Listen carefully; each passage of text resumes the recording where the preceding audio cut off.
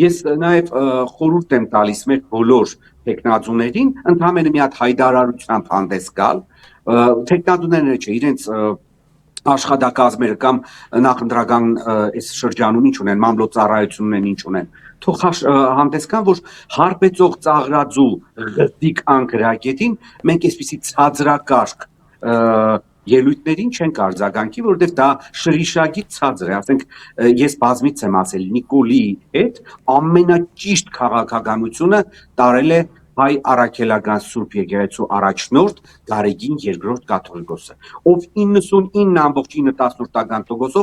արհամարել է նրա զազրախոսությունները, իսկ շատ դեպքերում նրա հիմարություններին, ապուշություններին, ապատեղեկատվությանը, մուտիլովշիկություններին կներեք արտահայտությանս համար, բայց այդ բառը շատ սիրուն բառ է ռուսերեն լեզվում, կեղծիքներին արձագանքել են այլ անձինք ու շատ բարձր մակարդակով։ Այդ դրա համար էլ ինքը այս պահի դրությամբ պարտվել է հայ առաքելական Սուրբ եկեղեցուն։ Այդ դրա համար պարտվեց, որովհետև Գարեգին II թույլ չտվեց, որ Նիկոլը իրեն ներքաշի իր դաշտ եւ հաղթի իր պրոֆեսիոնալիզմով։ Իսկ իր դաշտը դա զեղծարարություն է, կեղծարարություն է եւ այլ եւ այլ։